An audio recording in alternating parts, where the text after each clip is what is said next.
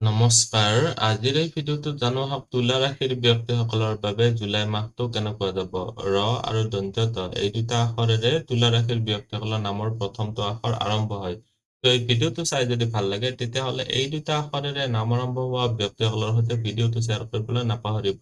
আজিৰ এই ভিডিঅ'টোত আমি এই সকলোবিলাক দিশ ভালদৰে আলোচনা কৰিম সো এই ভিডিঅ'টো শেষলৈকে চাই থাকিব আপুনি যদি এতিয়ালৈকে মোৰ চেনেলটো সাবস্ক্ৰাইব কৰা নাই তেতিয়াহ'লে সাবস্ক্ৰাইব কৰি ল'ব আৰু ভৱিষ্যতে আপলোড কৰা ভিডিঅ'ৰ নটিফিকেশন পাবৰ বাবে বেল আইকনটো অল সিলেক্ট কৰি দিব প্ৰথমতে জানো হওক আপোনালোকৰ স্বাস্থ্যৰ ক্ষেত্ৰত ৰাশিৰ অধিপতি হৈছে শুক্ৰ গ্ৰহটো আৰম্ভণিতে আছে ইয়াতে কিন্তু শুক্ৰ গ্ৰহটো ৭ জুলাই তাৰিখে আপোনালোকৰ দশম ঘৰত সোমাব দশম ঘৰৰ পৰা চোৱা যায় সন্মান প্ৰাপ্তি আপোনালোকৰ কৰ্মস্থান হয় সো এইখিনি সময়ছোৱাত যিহেতু গোটেইখিনি সময়ে এটা ত্ৰিকোণ স্থানত তাৰ পিছত কেন্দ্ৰ স্থানত থাকিব সো দেহৰ ৰোগ প্ৰতিৰোধ ক্ষমতা মজবুত থাকিব কিন্তু চকুৰ কমপ্লেইন অলপ আহিব পাৰে পানী যদি কমকৈ খায় তেতিয়াহ'লে কিছুমান এক্সট্ৰা প্ৰব্লেম হ'ব পাৰে মানে বেমাৰ হ'ব পাৰে আপোনালোকৰ ৰোগৰ স্থানত দেখিবলৈ পাৰিছে যে ৰাহুৰ স্থিতি আছে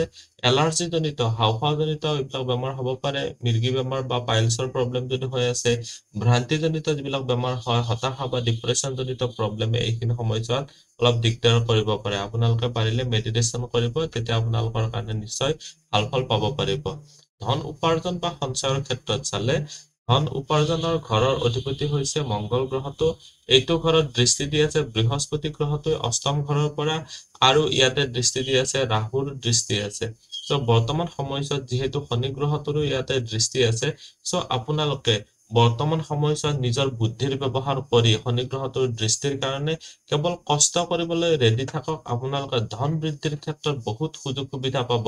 সংঘৰ্ষৰ ঘৰৰ পৰা বৃহস্পতি যেহেতু দৃষ্টি দিছে সংঘৰ্ষ কৰিবলৈ ৰেডি থাকক আপোনালোকে ধন উপাৰ্জনৰ ক্ষেত্ৰত বৃদ্ধি কৰিবলৈ পাৰিব সঞ্চয়ৰ ক্ষেত্ৰতো বৃদ্ধি কৰিবলৈ পাৰিব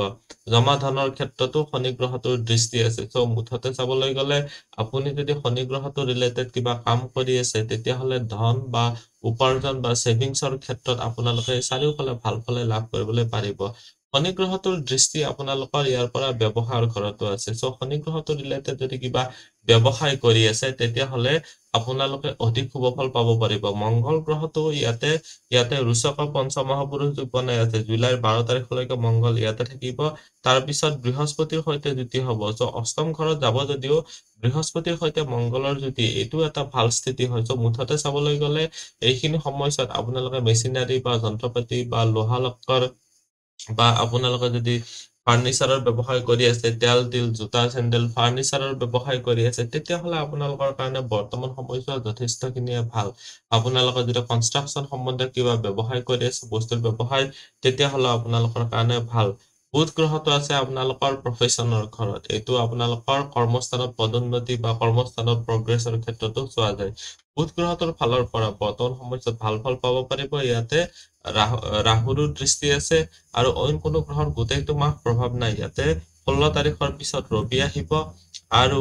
7 তাৰিখৰ পিছত ইয়াতে শুক্ৰ গ্ৰহটো সোমাব শুক্ৰ আৰু ৰবি এই দুটা গ্ৰহৰ ভিতৰত শুক্ৰ গ্ৰহটো আপোনালোকৰ কাৰণে ৰাশি অধিপতি যেহেতু হয় বহুতেই ভাল আপোনালোকে যথেষ্টখিনি ভাল ফল পাব পাৰিব শুক্ৰ গ্ৰহটো ৰিলেটেড যিবিলাক media entertainment television software engineering doctor ঔষধ ৰাজনীতি এইবিলাক ক্ষেত্ৰতো আপোনালোকে ভাল ফল পাব ৰাহুৰো যিহেতু দৃষ্টি আছে আপোনালোকে যদি সফটৱেৰ ইঞ্জিনিয়াৰ হিচাপে কাম কৰি আছে তেতিয়াহ'লে আপোনালোকে বহুতেই ভাল ফল পাব পাৰিব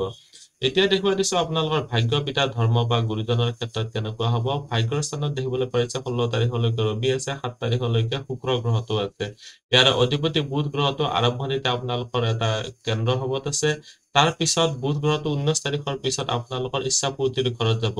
বুধ গ্ৰহটো আপোনালোকৰ কাৰণে ভাগ্যৰ স্থানৰ অধিপতি যেহেতু হয় বৰ্তমান সময়ছোৱাত কৰ্মস্থানত উন্নতি বা পদোন্নতি দেখা গৈছে বৰ্তমান সময়ছোৱাত আপোনালোকে নতুন জব বা নতুন কৰ্মপ্ৰাপ্তিৰ ক্ষেত্ৰতো বহুতেই ভাল ফল আপোনালোকে লাভ কৰিবলৈ পাৰিব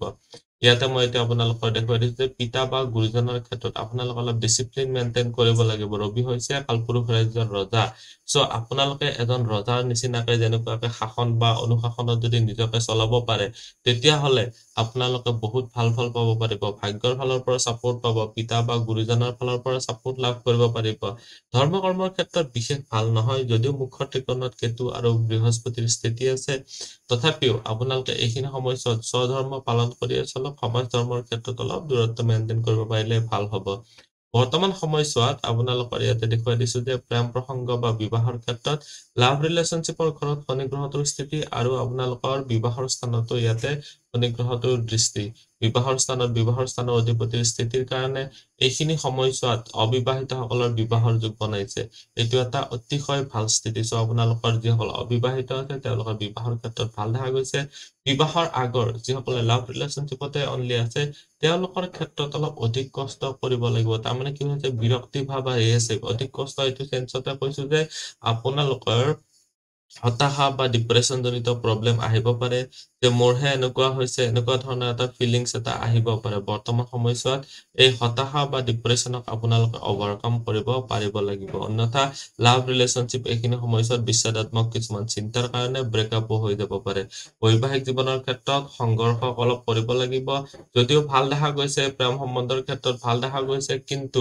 আপোনালোকৰ এইখিনি সময়ছোৱাত মংগলৰ স্থিতিৰ কাৰণে সংৰাগৰ জৰিয়তেও আপোনালোকৰ অলপ প্ৰব্লেম ক্ৰিয়েট হ'ব পাৰে। আপোনালোকে সাৱধান হ'ব লাগিব। ইয়াতে দেখুৱাই দিছো সাধাৰণ শিক্ষা আৰু উচ্চ শিক্ষাৰ ক্ষেত্ৰত সাধাৰণ শিক্ষাৰ স্থানৰ অধিপতি হৈছে আৰু উচ্চ শিক্ষাৰ স্থানৰ দুটা স্থানৰ অধিপতি হৈছে শনি গ্ৰহটো। শনি গ্ৰহটো যিহেতু বুদ্ধি স্থানত আছে, অলপ দেৰিকে কামবিলাক আপোনালোকৰ ধৰি লওক কথাবিলাক মনত থাকিব পাৰে, কিন্তু আপোনালোকে অলপ সময় বেছিকে দিয়ক। লগতে প্ৰয়োজনতকৈ অধিক সময় দিয়ক, বেছি ভাল ৰিজাল্ট কৰিব পাৰিব। দুটা ক্ষেত্ৰতে কৈছো যে ইয়াতে আপোনালোকৰ সাধাৰণ শিক্ষাৰ ঘৰত যিহেতু বৃহস্পতিৰো দৃষ্টি আছে, বহুত ভাল ফলে লাভ কৰিবলৈ পাৰিব। 19 তাৰিখলৈকে বুধ গ্ৰহটোৰো দৃষ্টি আছে, বহুত ভাল। 19 তাৰিখৰ পিছত বুধ গ্ৰহটোৰ ইয়াৰ পৰা আপোনালোকৰ বুদ্ধি স্থানতো দৃষ্টি আহিব। 19 তাৰিখৰ পিছত আপোনালোকৰ মনোযোগ দিব পৰা ক্ষমতাটো ভাল হ'ব। আপোনালোকৰ কেটচিং পাৱাৰটো বহুখিনি ষ্ট্ৰং হৈ যাব। আজিৰ এই ভিডিঅ'টোত আমি তুলা ৰাশিৰ ব্যক্তিসকলৰ বাবে জুলাই মাহটো কেনেকুৱা যাব গোটেইখিনি জানিলো। ভিডিঅ'টো চাই কেনেকুৱা লাগিলে কমেন্টত নিশ্চয় জনাব। আপুনিও যদি আপোনাৰ বিষয়ে জানিব বিচাৰে তেতিয়াহ'লে হোৱাটছএপত কন্টেক্ট কৰিব পাৰে। ধন্যবাদ। এইটো ভিডিঅ'ত আগবঢ়োৱা জ্ঞানখিনিৰ পৰা যদি আনৰো উপকাৰ হ'ব ভাবে তেনেহ'লে বন্ধুবৰ্গ, আত্মীয় স্বজন আৰু চিনাকি মানুহৰ সৈতে শ্বেয়াৰো কৰিব। আপোনালোকে নেক্সট ভিডিঅ' কিহৰ ওপৰত চাব বিচাৰে কমেন্টত জনাব। ধন্যবাদ।